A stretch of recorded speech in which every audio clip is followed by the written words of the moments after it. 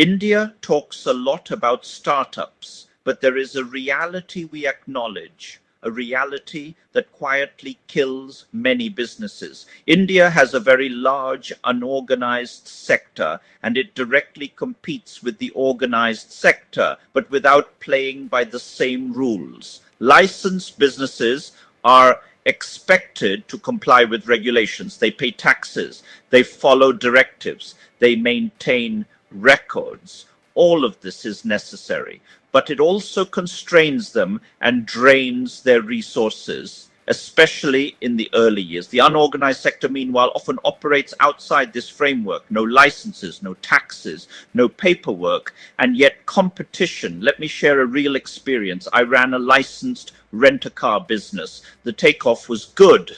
The market responded well, but the license was not given lightly.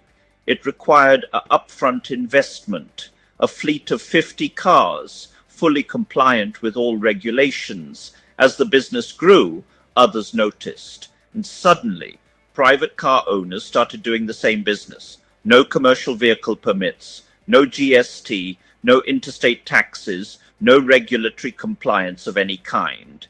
Yet they competed in the same market. The irony was painful. My licensed vehicles were easily identifiable by their black number plates.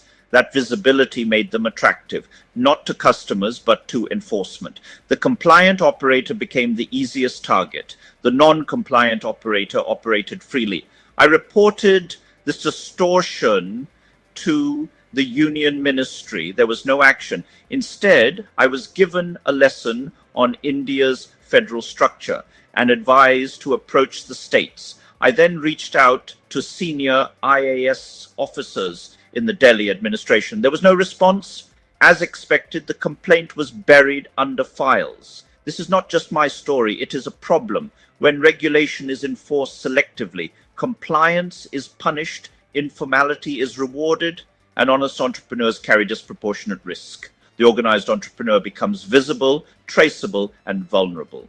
The unorganized competitor thrives in regulatory blind spots. If India wants startups to scale, survive, and formalize, one thing is essential: compliance must be protected, not penalized. Otherwise, the message to entrepreneurs is simple and devastating. Do the right thing, and you will pay for it alone. That is not how a startup ecosystem survives.